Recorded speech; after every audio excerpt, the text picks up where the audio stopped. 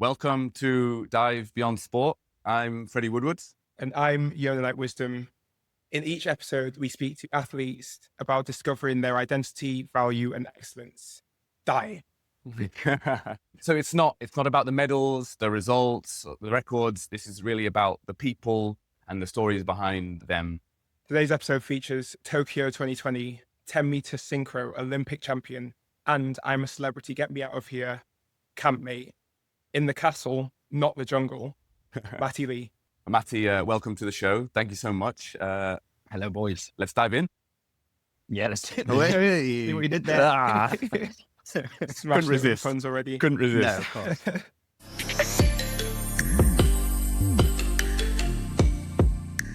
Matty, thinking back to your most successful day in sport, if you had to relive it with no guarantees of the outcome, would you back yourself to repeat the success? Obviously, my best day in diving was obviously getting the gold medal with Tom Daley in the 2020 Olympics. Would I back myself?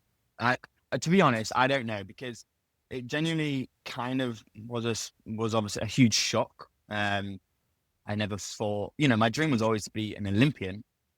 And then when I started doing synchro with Tom, I was like, oh, well, it's not a given, but, he's one of the best. He's very well known, especially to like the world of diving and judging.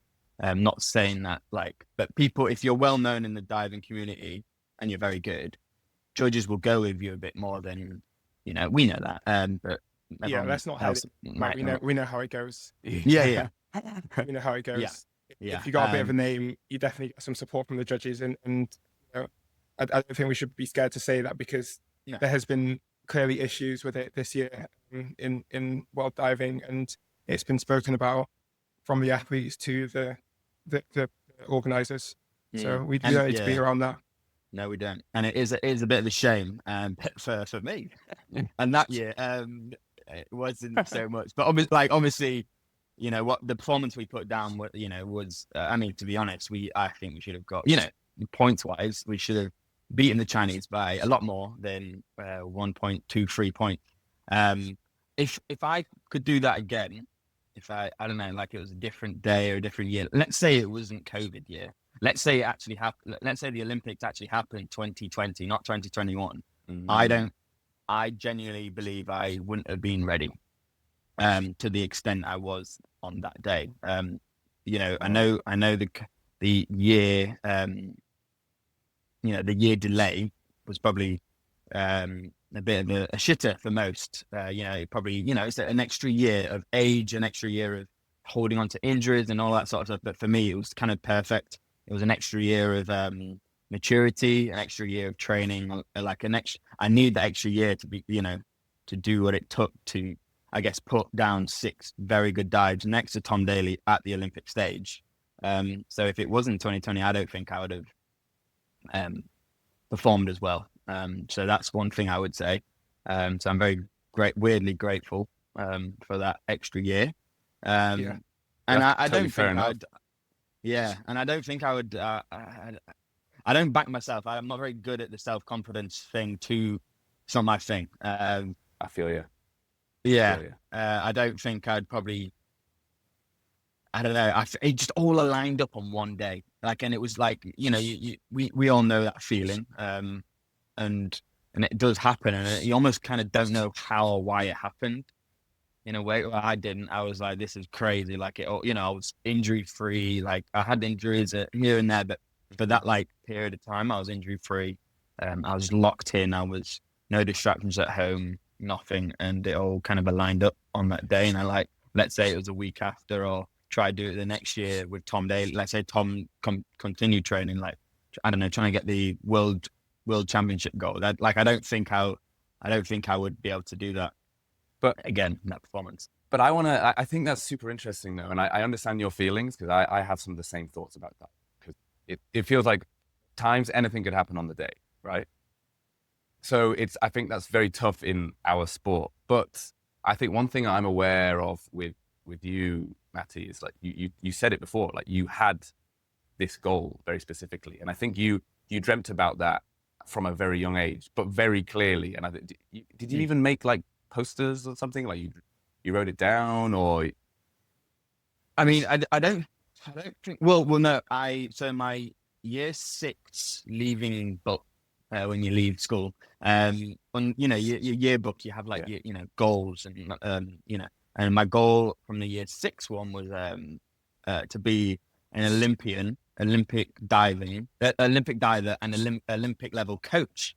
Strangely, Coach, really? Wow. I know. Back then, I guess in my head then I was like, well, these are my only options in like because the only thing I know is diving. And then by year 11, so when I left high school, it changed, and in the yearbook it said Olympic champion. That was it. So that's what I'm super interested in, because that I feel like that's something I didn't do. I had this loose goal of going to the Olympics, but I don't have a memory of ever writing it down on paper. And that's actually something that I've now developed as a habit outside of sport. And I think, gosh, I wish I'd have done when I was an athlete. And then I see like stories from people like yourself who you wrote down you want to be an Olympic champion when you were 15, right? And so you're saying maybe you don't back yourself for that to happen. But to me now, like I hear that, you wrote that down, you manifested that, I don't know, whatever you want to call it, but it did happen. So in some ways, to me, it almost feels like, you were always just, and you said like everything aligned, but it almost feels like you just kind of channeled into that perfect moment. And so, I'd back you to do it again, because you backed yourself when you were 15. It's super interesting. Yeah. And no, that now, because, you forget about stuff, and I kind of forgot about doing that. And I definitely imagined it, and I definitely had dreams of. So I remember going into the Olympic year, and I was worried because I kept having like dreams and what do you call it when you like just daydreaming and dreams about being on top of the podium, and it was never. These dreams were never failing. These dreams were never like me, absolutely messing up the last dive. Like there was no negative dream. They were always positives, but I was so scared of that. I was like, I don't want to think about that. Oh my God, that puts pressure on. Yeah. Then I remember talking to my psych at the time, and he was like, he said that. He said, are they negative? No. And he went, well, go with it then. Like, don't, that's a good thing. That's kind of confidence. That's like a deep rooted confidence, but it's scary sometimes because you don't want to be overconfident, because then that can potentially lead to complacency, which you don't want. No, and in diving, I think being too confident is, I don't think most people, I don't think it works in diving, because you've got 6, sometimes a lot more than 6 dives. You got 12 or no, in an individual you got 18. Quick maths. I know.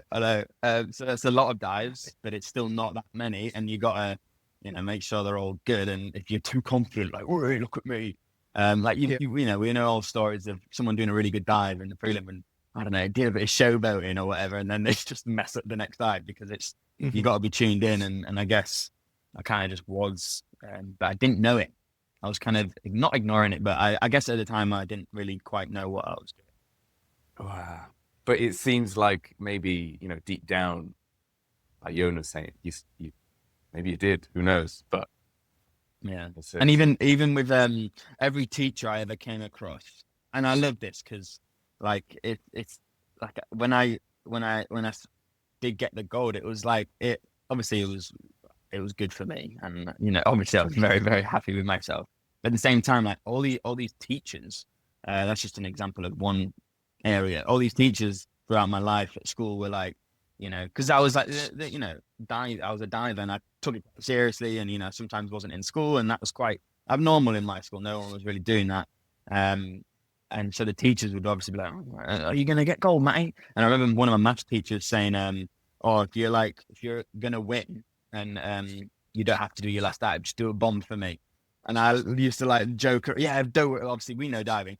Ain't no way at the Olympics you're gonna be able to win with a failed dive. We're not Greg Louganis, at a very different time. But yeah, and like obviously when I did do it, I was like I thought back to that maths teacher and all these teachers that have been like, and even when I was a bit younger, I used to kind of like just go with it because I didn't want to like not upset them, but like kind of in my head I was like, oh, Olympic champion, are you mad? At least Olympian.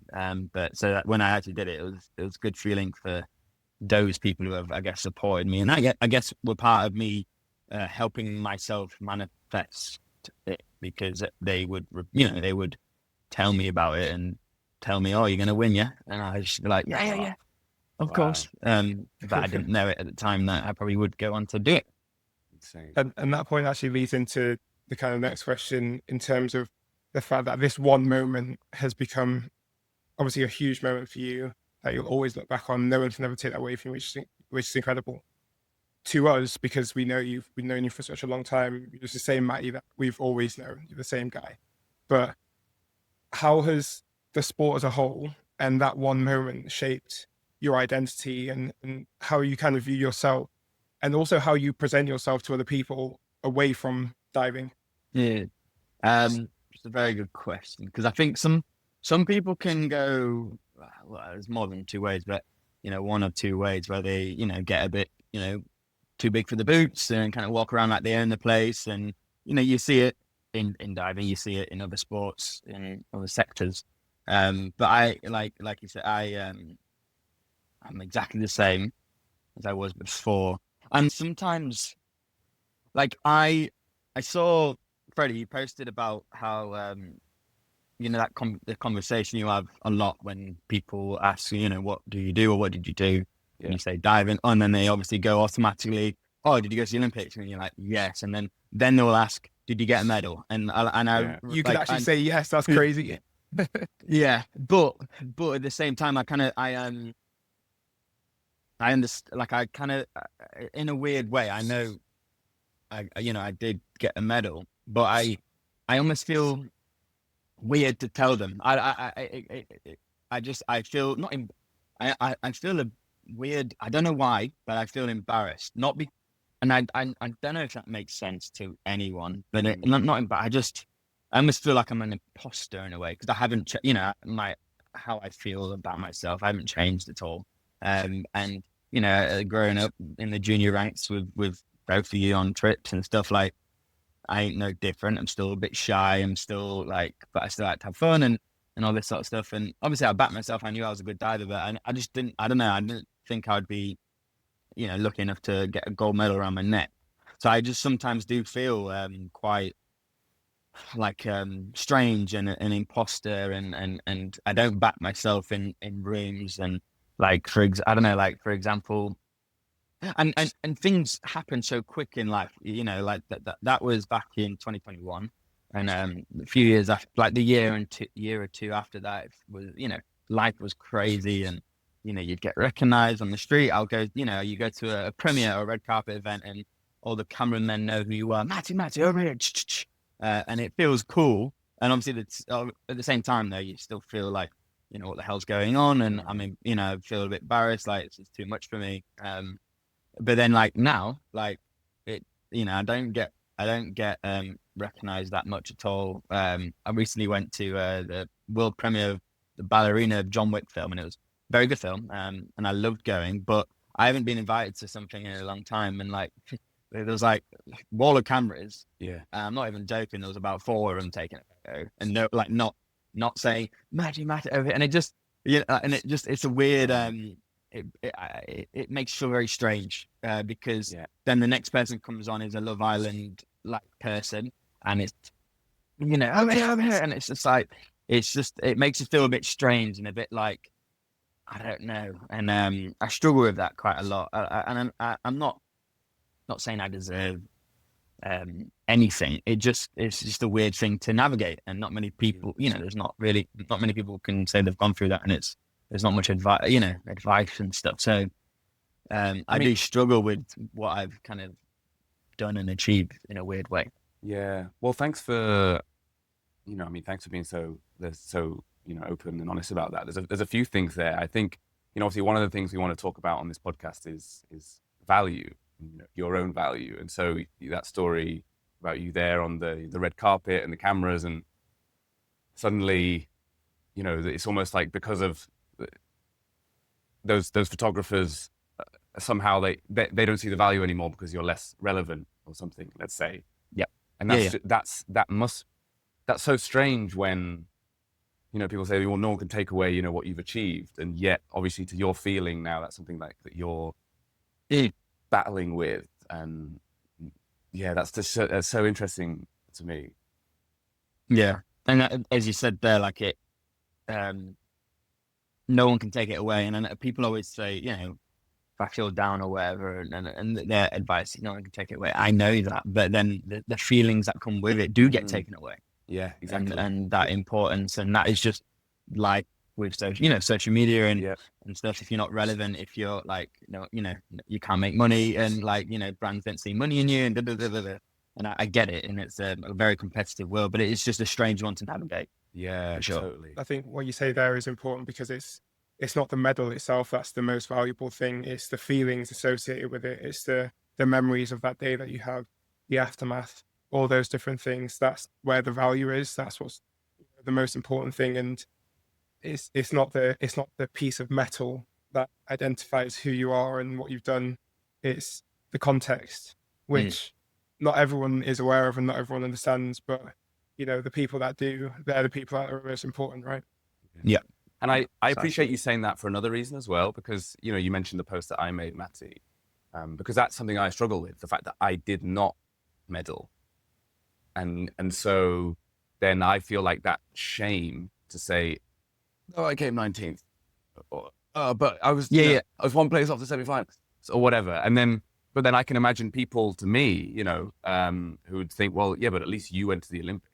Like, at least you get to wear that badge, so it goes a step down. But then now, even from your side, it's the ultimate achievement as an athlete, the ultimate achievement. And then you're still sitting there with, it's like your own version of the same feelings. And that's, I actually didn't realize you felt that to that degree.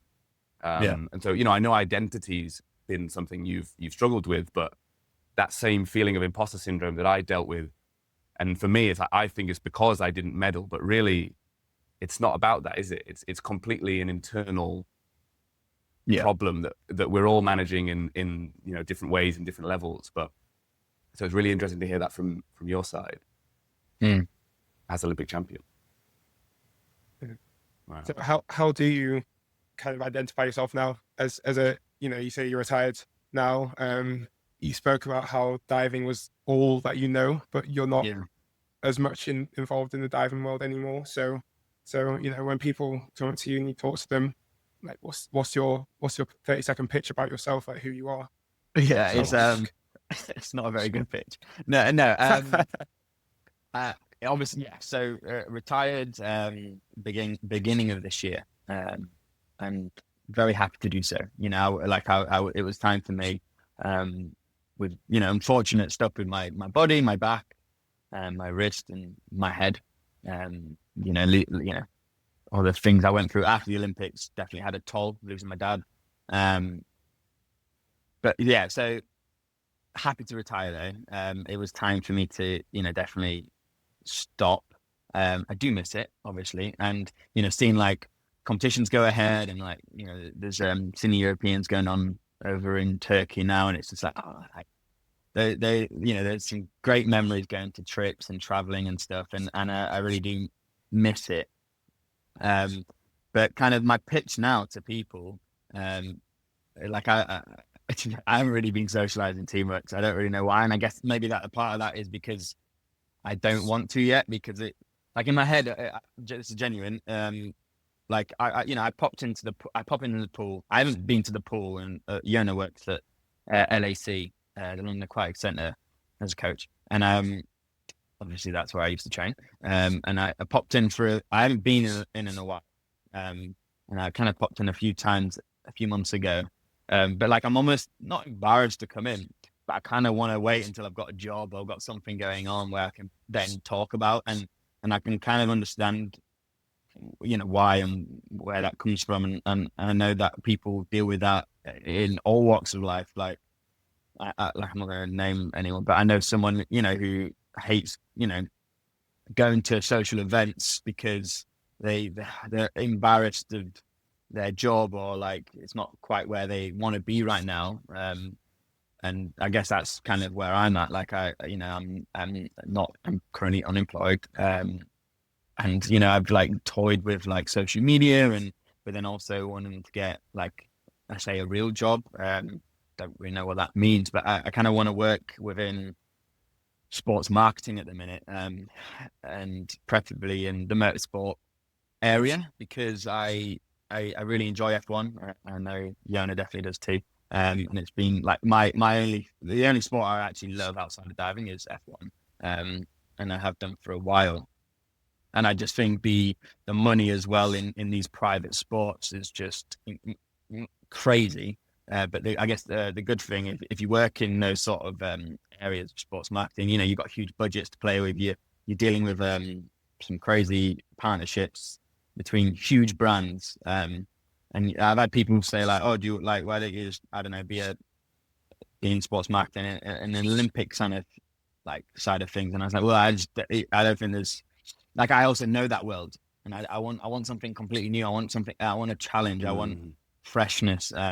At the minute, I know this all may change. Like, I guess when you retire, you kind of go through waves of what you want to do, but it's currently what I want to do, and I kind of want that fresh change. But like at the same time, I could definitely see myself in like 5 years coming back into sport, diving, coaching, or I don't know, some sort of working within, because I'll miss it. But at the minute, that's kind of where I'm at. So my pitch really is, I'm currently enjoying some well-deserved time off. I don't know how long that's going to last. Hopefully not forever. Can't really live like this forever, because then I have no money. But I say I'm networking. I'm becoming a networker. Yeah, trying to meet people. I think that's the best way for an athlete, I think, who hasn't gone to uni, hasn't got a degree, has no experience necessarily within like working life. I think the best way to sell yourself is through networking. Like, I've met some really cool people in the industry that are like, oh my God, like, if we had a role now, I would love to have you on board, because that's also leverage for our agency, because we can say we've got an Olympic champion working with us, and he knows the ins and outs of being an athlete in sport, with partnerships flowing all around. So so I think that's a valuable thing for people to know, is that I think networking, if you haven't, after sport, if you haven't got a degree, it's all about who you know. But it's a slow process. It's a very slow process, but it's it's the inconvenient truth, really, isn't it? And something that I think almost tried to ignore, but for a while, and run away from. But it's the way the world works. You kind of got to play the game. I mean, Matty, would you, talking about that, and obviously the wanting something new, that was very similar for me. Like, I felt a strong sense of like wanting to almost push away, and challenge myself again, do something different, but without really knowing exactly what. So, I've been having very similar issues to you still right now. My pitch right now is terrible. So go on, what is it, Freddie? Well, oh no, I really stepped into that. But well, it's more, I think my pitch right now is, I am trying to develop my social media presence. This is one way of doing it. I think I'm trying to find my voice more, because I was too afraid of what people thought of me to really express my opinions until very recently. And I think I very subtly said this to you, Matty, but actually, you're someone I've looked up to for your candor, and you're being more honest about what you actually feel, and so on. So, I've been inspired by stuff like that, and think, okay, actually I can contribute in that way, be more. So I'm trying to find my voice, and in that, hoping that I can maybe deliver some value to people through my own messaging. And I'm also my goal is to try and build something for myself with software based, with AI and so on. And it's very difficult. So I'm, I've tried a few projects and had to step away from them. And now I'm sort of at square one again. So I have the same thing. I'm embarrassed. And I'm traveling. I'm a nomad. So I'm embarrassed to go back. I'm going to be in the UK in the summer. And I'm nervous that I'm going to go back to the UK in the summer basically since being away for pretty much a year and have not much to show for it.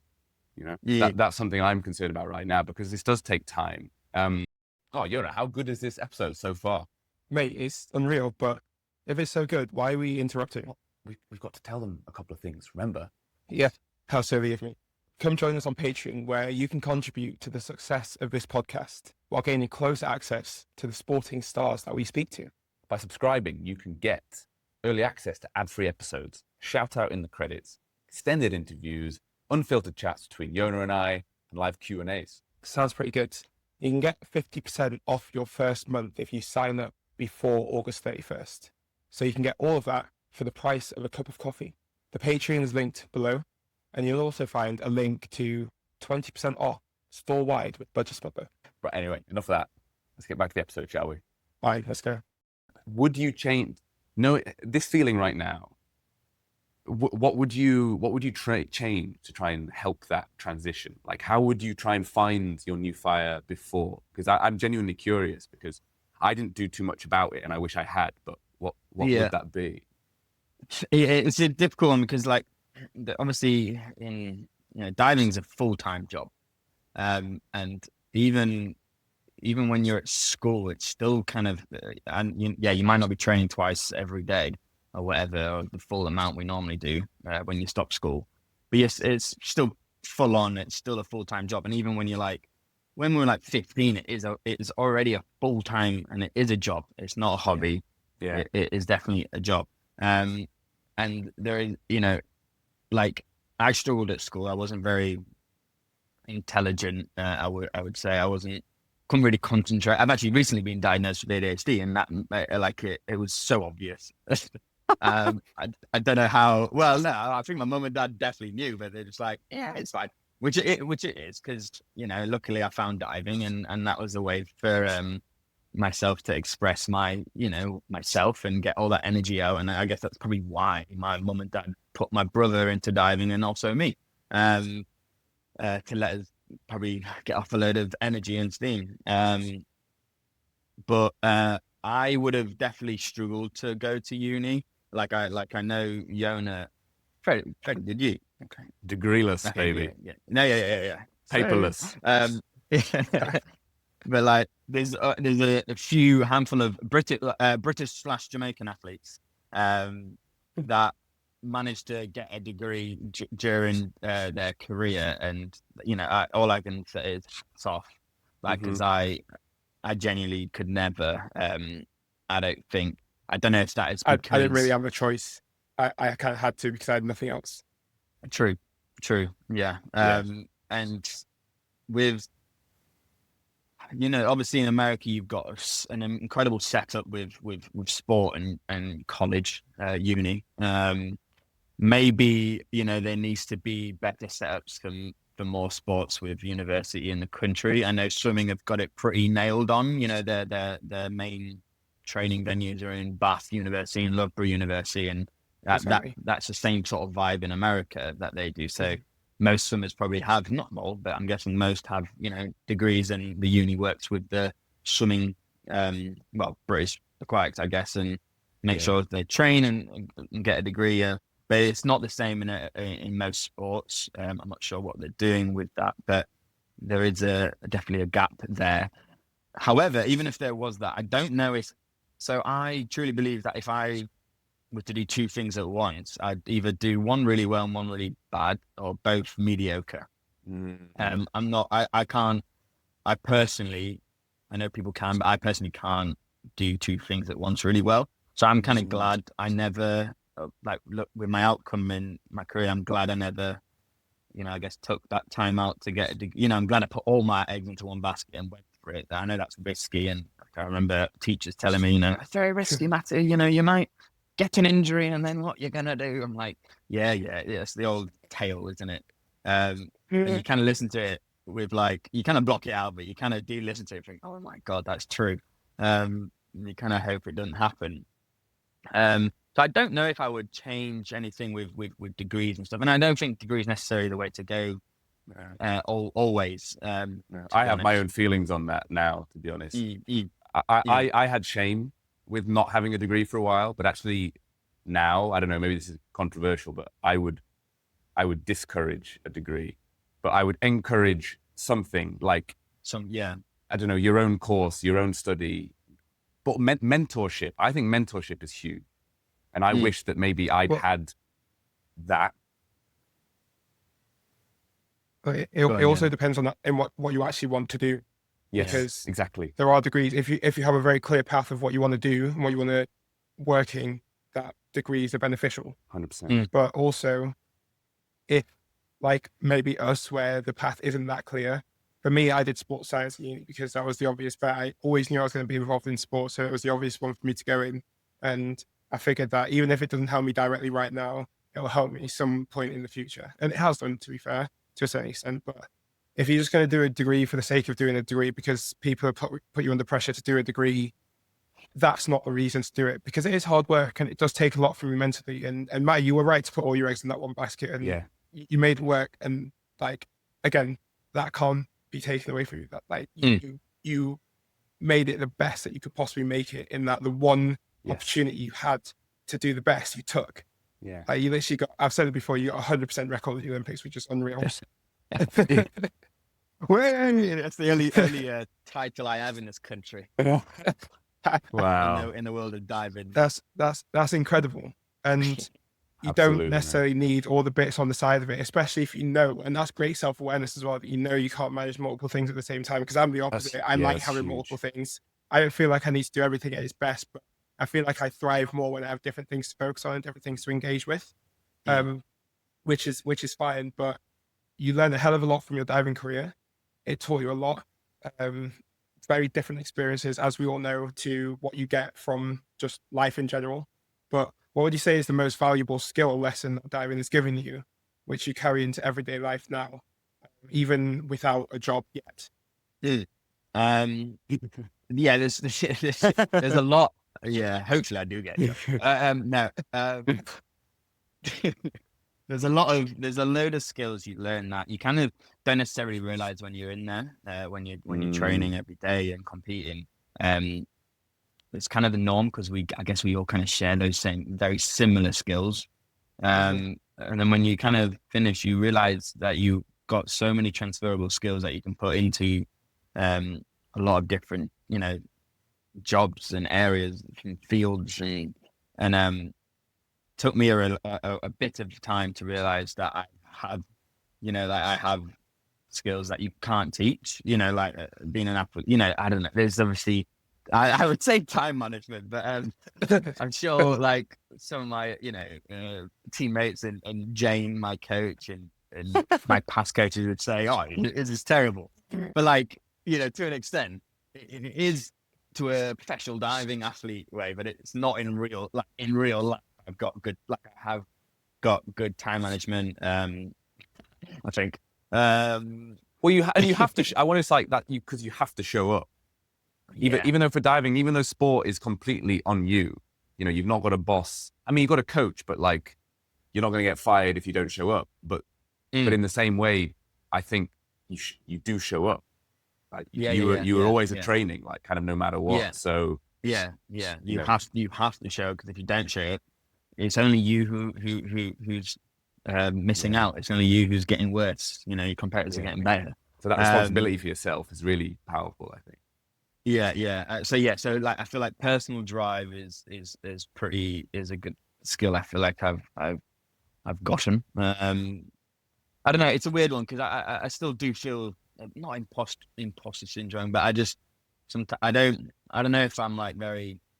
Obviously, I am skilled here and there, but I do struggle to think about what these skills I have learned in diving, because it is so normal in diving. Like, we all probably share the same crazy skills that you can't teach, and you kind of only learn through like professional sport.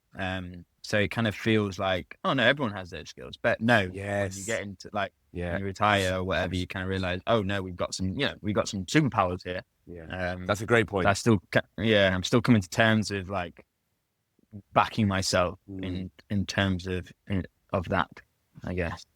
I think the skills can't be defined in the way that you might define a skill that you learn doing a qualification or something else. You know, it's slightly different. Like I'll put forward an example of, I think we have an ability to just overcome obstacles by any way, shape or form, you know, any means possible. We figure out a way to get around to meet whatever the goal was. And like, you can look at injuries straight away for one of those key things. Like we've all had injury troubles.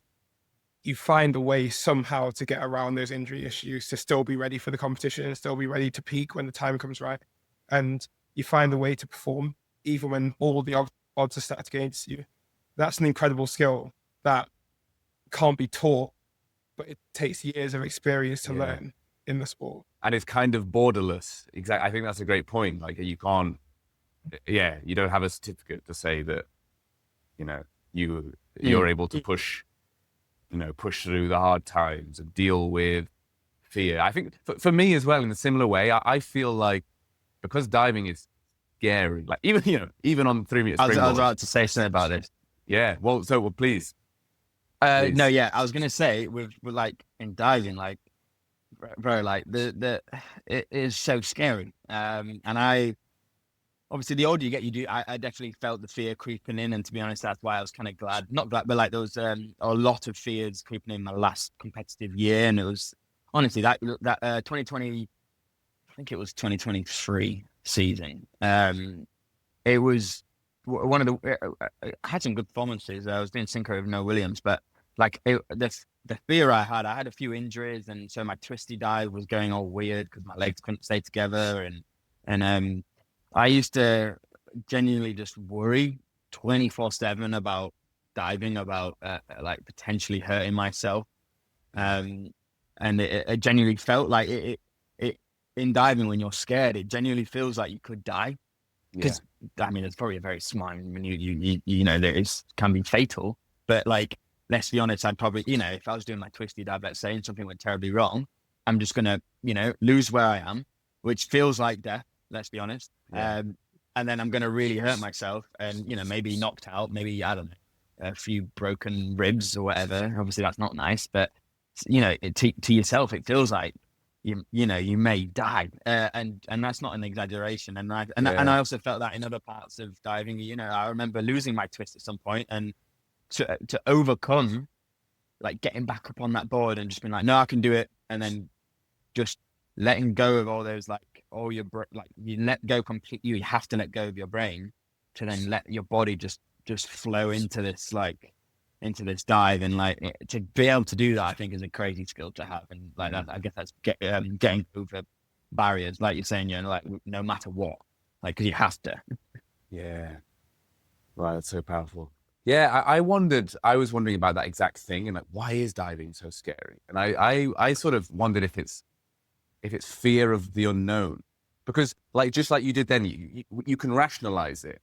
So you can be like, okay, well actually, right, worst case scenario is maybe I get lost on my twist. Then what? Maybe, okay, I could perforate my eardrum. I could get some broken ribs. I could just have like a horrible bruise, but like I will be okay in a way. So I always thought, so then what is, if that'll be horrible in the moment, but you'll get over it, right? And you'll come back strong. So, so is it the fear of like not knowing what's going to happen? You know, you jump and then you just have to let your body take over. But there's this feeling of like, well, maybe that's it. Yeah, and I think on that, like, it's in the moment you cannot rationalize it. Let's be honest. Yeah, exactly. Or you like, if you can, that's great. But most of the time, you are not being rational at all. You're just thinking, you know, your brain just keeps thinking of the worst thing, and then I guess in diving, like as soon as you leave that board, you're like, you know, nothing can, I don't know, help you. Yes. It's all you, and it's all what you end up trying to do. Yeah. So I guess it's like that sense of, like either you've got no control or you've got all control. And it's like a sense of trust in yourself, right? Yeah. Oh, gives me the heebie-jeebies thinking about it. Hey, I honestly, I totally agree. Yeah, and Freddie, you went on to if I went on to like doing some show diving, I wouldn't be able to, because I'm glad I had left diving because of those fears, and then obviously in show diving, as you know, you're doing some more weird, abnormal diving things. Yeah. Well, the thing, so it's, it's true. And I felt the same, but actually as soon as I stepped away from competition, there was a bit of a shift for me. It felt easier. And it's very difficult having to dive on a music cue. So you have to take off on like 1, 2, 3, 4, 5, and you have to hit that. Otherwise it's not safe or whatever. But the nice thing about that is you're not thinking these things so much. You're counting. You're like 1, 2. Okay. So in a way, my brain outside of the show, I might be lying in my cabin like, but yeah, yeah, the waves. But in the show, it was much better because I had to focus on something else. Whereas in the competition, you're just waiting, right? I mean, what did you do to actually in a competition, Matty? What were did you have any important strategies to try and manage that?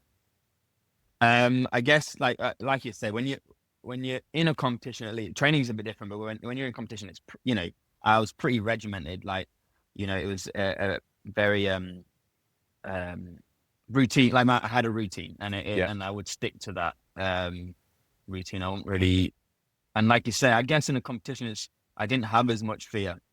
It was training where I had the most fear, because in competition, you've got no choice. You have to kind of do the dive in your head anyway. So like, and there was definitely times where I was like genuinely going, like in that 2023 season, I was going up on that 10 meter, even in comp, like on the twisty dive. So me and Noah would have that back 2.5 in our list. And I genuinely, up until walking and standing on the end, I had no idea what I was doing. I didn't want to think about it. I was like, I don't know how to do this dive. I genuinely felt like that.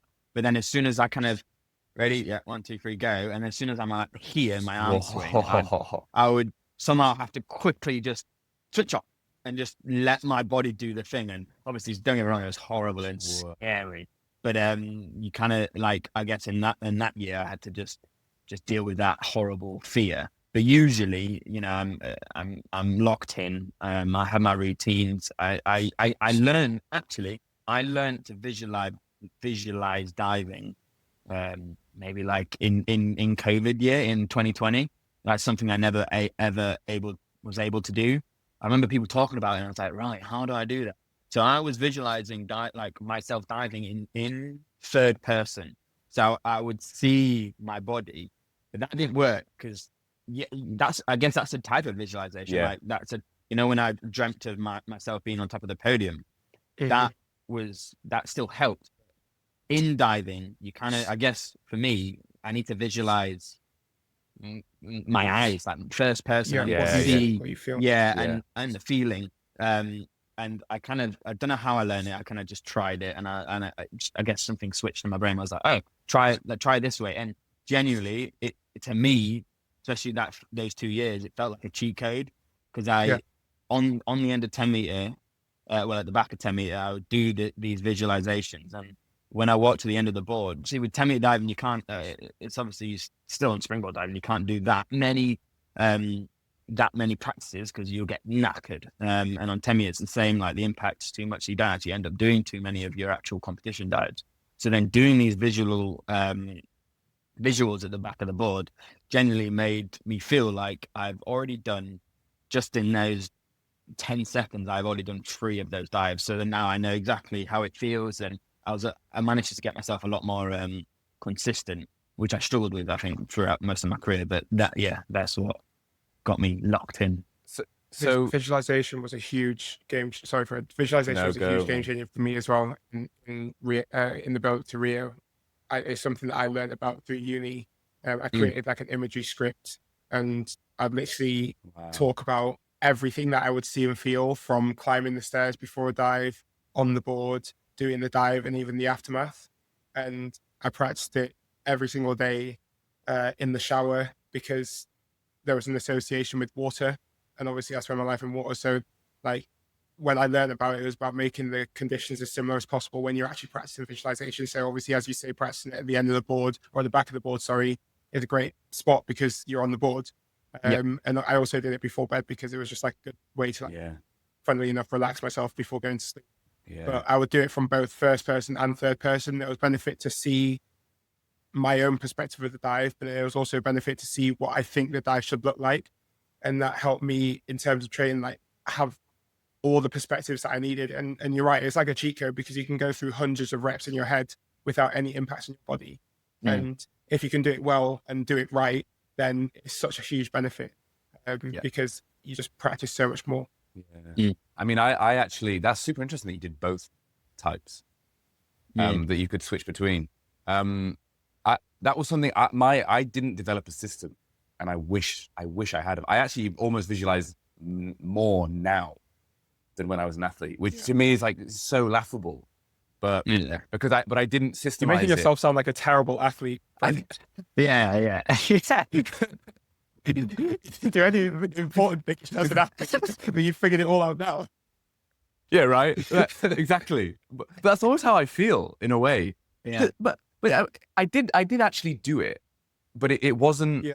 But I didn't value it as much as I should have done, and I didn't have a system. Whereas like what you're describing, I think is super powerful, and that's something that I would encourage all athletes to really do now is to practice it, but to systemize it. But Matty, just to kind of tie that into obviously excellence that we're kind of slightly talking about. You mentioned routine and visualization. Would you say those are kind of two of the core things? Is that to you what kind of helps breed excellence? It definitely helps. Obviously with you can do as much visualization as you want. But if you're not ready and you're not strong and you haven't done the actual reps, it means nothing really. Yeah. But at the same time, it is very powerful. Like Jane Figueiredo, my coach that coached me in my London days and to the gold medal.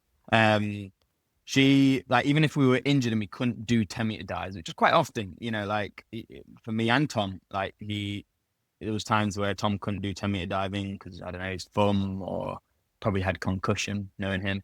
And myself with my tricep and shoulder and stuff. Even though we couldn't do the 10-meter dives, Jane would put us, like, at the end of our small session because we were injured, she'd take us, put us up on 10-meter and then go through those visualizations and pretend that I guess we are. So it is very, very helpful, and it is a superpower. But at the same time, I think having maturity in sport took me a while to figure out. I used to just kind of joke around a lot and just have fun with it, and you got 5 of these, mate. I'll do 3. Cut numbers and what have you, which we all probably have done here and there, and so that's all right. But when I moved to London, because I realized the chances that I had were very good chances, and I and all of a sudden I was I got to give a lot of credit to Tom because he basically, him and Jane taught me to become a professional independent athlete. And because I wasn't really that professional before that, I used to eat a bit unhealthily. I used to, not all the time, I wasn't terrible, but I would go out with friends and not get much sleep, be on my PS4 or 5 or whatever it was at the time. But I guess maturity and being professional and being on it with every little bit of detail, like nutrition was a big one as well. I didn't know much about nutrition and the impacts of eating healthy and the right foods can kind of give you. So obviously all ties in, but like visualization was the biggest thing that I learnt. And I went, holy crap, why have I only just implemented this into my career? Like, I've already been diving for so long, but I'm obviously not angry because I think things happen at the right time for reasons. 100%. Obviously, you spent a lot of your time spent diving alongside Tom, who we all know was a just unbelievable athlete, extremely talented, but also worked extremely hard to put himself into a good situation. And that was displayed when he came back after a couple of years out and still was good enough to get a silver medal in Paris. in terms of the maturity, the development, the progression that you went on from someone that was just doing it for fun, which is also very important. Yeah. You know, we've got to have the fun and the enjoyment in diving, to it becoming serious. How much of that was Tom's influence directly for you? I would say quite a lot, you know, like obviously, but at the same time, deep down, you know, I've been given this opportunity to do synchro with Tom, so I don't want to let him down. I don't want to let Alexi, the boss, our boss, or team, what's his name? No, I know what his name is, but what's his title? He was performance director, but now head coach. Yeah. So performance director at the time, we just call him boss. Boss. I didn't want to let him down because he came to me and said, we want you to move to London. We want you to do synchro with Tom. And he also pushed, I couldn't afford to live in London at the time. I was on D level funding, which is £500 a month, 12 grand a year, tax free. So I was like, well, small problem. Won't be able to afford it. You know, British aquatics, because of Alexi, like subsidized the rent. So they actually ended up renting a flat, and I did pay money towards it, but it wasn't obviously nowhere near the price it actually was. So, you know, very thankful for that. So there was a lot of things not on the line, but just, I guess it was added pressure. You know, I knew, you know, this wasn't a joke. I've been given a lifeline almost. But at the same time, like, training alongside Tom straight away, like, you know, I was a sponge. I wanted to learn as much as I could. Obviously, we are two completely different people in terms of, he's a leader. He's a born leader. I am not a leader. I'm very simple in the way I work. So Tom would always take in all the information of, like, on competition weeks, like Tom would work out where we need to, like, what time we're going to have breakfast, what time we're going to head, what bus we're going to get, what training group. And he would work that out with Jane. For me personally, it was too much information. Like I would just get confused. I'd probably mess it up, and it's just not how I work. Obviously, if I was doing individual, I guess I'd have to, you know, figure that out, and I did, but I guess it just wasn't optimal for me. So he had his job with certain stuff like that. He would just tell me the simpleness of it. Like we really learn each other's roles. And how I work well and how he works well. And like even on competition day, like we wouldn't really speak to each other, not because we're nervous, not because of anything. We were just locked in, and we didn't have to. And you know, and also like there was a lot of competitiveness, obviously, because, you know, in training, like trying to beat Tom is you know, if you do beat him on like just a simple, like, you know, or, you know, this dive now, a reverse 3.5, whoever scores highest wins. All right, and we would do like best of 3, and then if I'm winning on the last one, he'd be like, winner takes all. He'd always do that as well. And then guess what? He game ahead, and he'd get the win. But even all those little competitions, a lot of we used to put pressure on each other all the time in like very simple training sessions. That all helped for the pressure I felt at the Olympics, and also him trying to get in my head, like that helped me become like stern and almost bulletproof.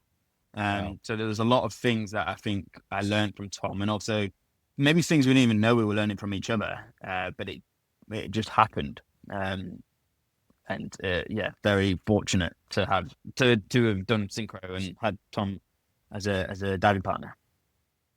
Yeah, I really admire Tom for that point of view, because even from 8 years old, he was professionally on another level, actually. And so crazy, just incredible. So good.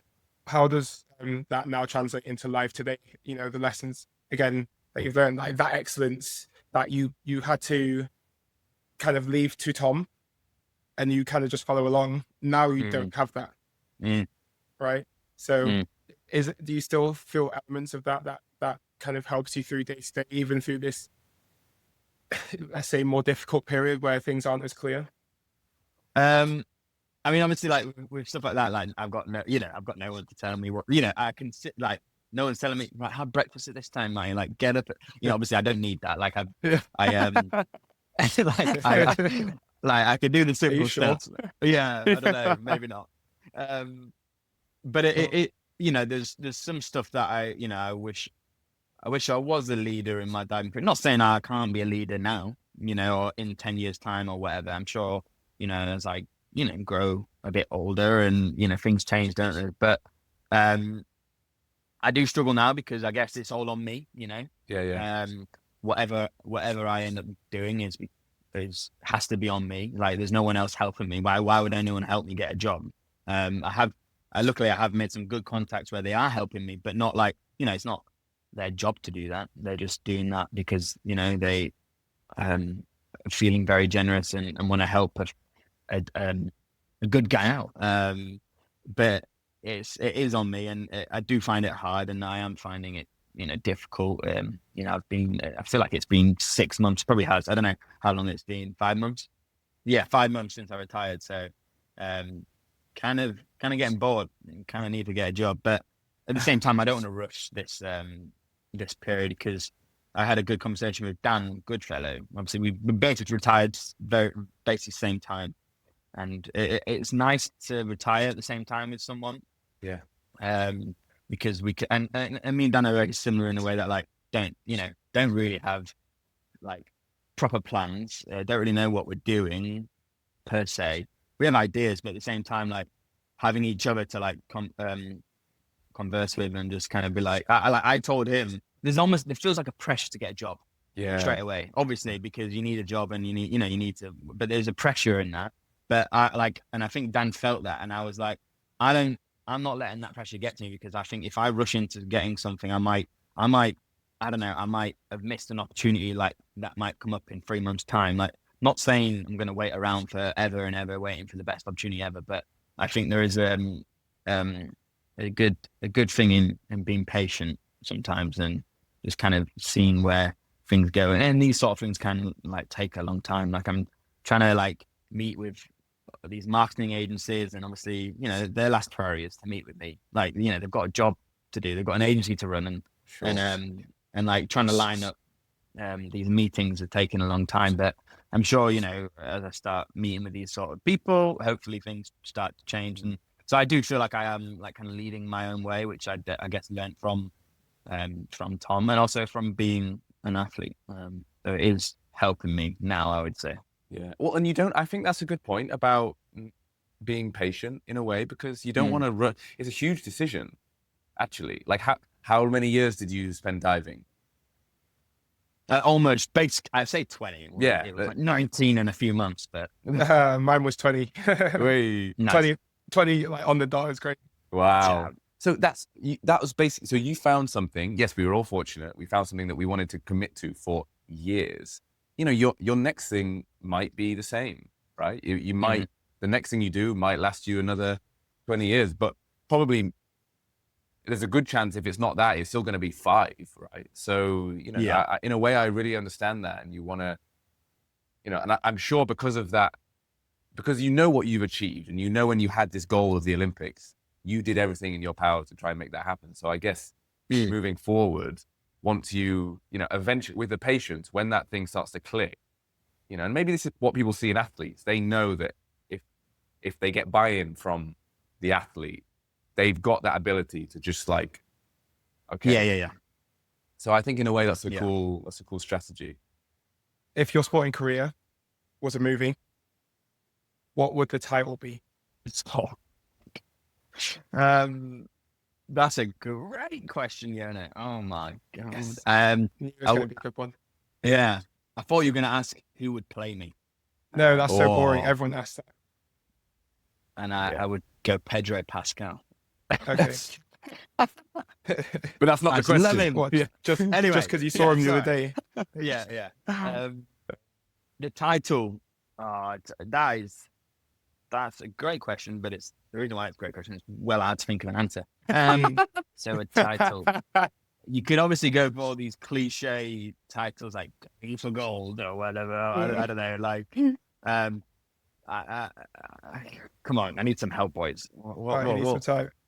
What if we gave you like a sentence rather than, so instead of thinking about it as like a catchy headline, it's like one sentence to summarize your life as a movie.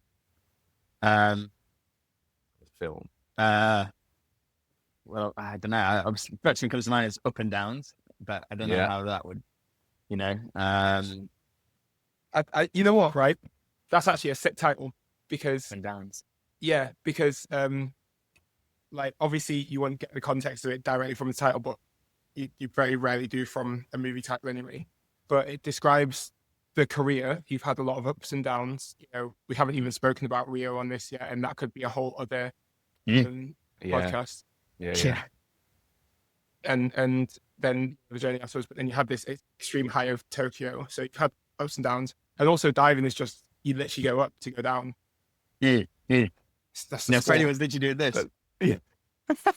Yeah. So And I was like, oh, yeah. yeah. Ups and downs. Ups and downs. There's your title, mate. Ups and downs. Ups and downs. Directed by Steven Spielberg. Yeah. Ups, downs, I and love it. ADHD. There you go. Oh my god. Well, if it ever becomes a thing, then I expect some royalties for that. No, of course. Wouldn't that be cool, though? A little film, or like even just a cool documentary. That would be cool. Cool. If You've there are got any the story, producers, man. Directors out there. Yeah. You've got the story. I'll back it.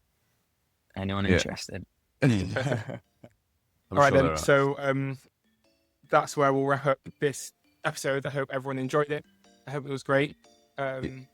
Yeah, if you're listening on Patreon, so don't go anywhere just yet. Matty's going to stick around for just a little bit longer. We've just got one more dive, a few more questions to ask. Yeah. If you're not on Patreon just yet, come join us for some extra stories. The link will be in the show notes. Yeah, and if you're not, we'll catch you on the next one. So thank you very much for tuning in. And now, Cheers, guys. Woo! Thank you, Matty. Yeah.